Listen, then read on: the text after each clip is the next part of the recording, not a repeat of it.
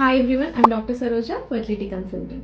ఈరోజు sperm structural abnormalities దాంట్లో ఉన్న క్లినికల్ ఇంప్లికేషన్స్ ఏంటో మనం చూద్దాం. So this is the structure of the స్పర్మ్లో హెడ్, నెక్ అండ్ టెయిల్ ఉంటుంది.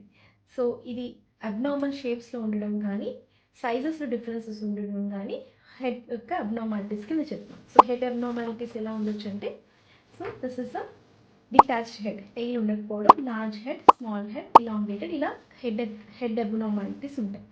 నెక్ అబ్నార్మాలిటీస్ అంటే బెంట్ నెక్, పిన్ నెక్, ఇవన్నీ నెక్ అబ్నార్మాలిటీస్. టెయిల్ వచ్చి కాయిల్ అవ్వడం కానీ, షార్ట్గా ఉండడం, బ్రోకెన్ టెయిల్ ఉండడం, ఇవన్నీ టెయిల్ అబ్నార్మాలిటీస్. సో ఈ అబ్నార్మాలిటీస్ ఎలా ఉంటాయో మనం లైవ్గా చూద్దాం.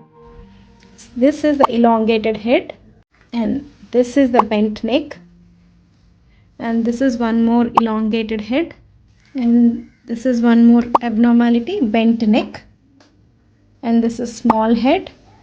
So this is our normal sperm, but it is non-motile, కొంచెం మొటిలిటీ ఉంది. నార్మల్ స్పర్మ్స్ అస్మానం కదిలిపోతాయి కాబట్టి like it is difficult to show and this is what we want అనమాట. So we can use it for ICSI. So clinical implications ఏంటి?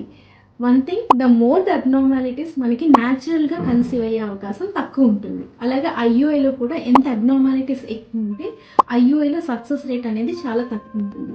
ఇలాంటి వాళ్ళకి IVF చేయడం వల్ల ఉపయోగం ఏంటంటే, మనం ఏదైతే నార్మల్ స్పర్మ్ ఉంటుందో దాన్ని సెలెక్ట్ చేసి ఇక్సీ అనే ప్రొసీజర్ ద్వారా ఎగ్తో కలపడం ద్వారా మనకి మంచి క్వాలిటీ ఎంబ్రియోస్ వచ్చి సక్సెస్ అయ్యే అవకాశాలు చాలా వరకు బాగుంటాయి.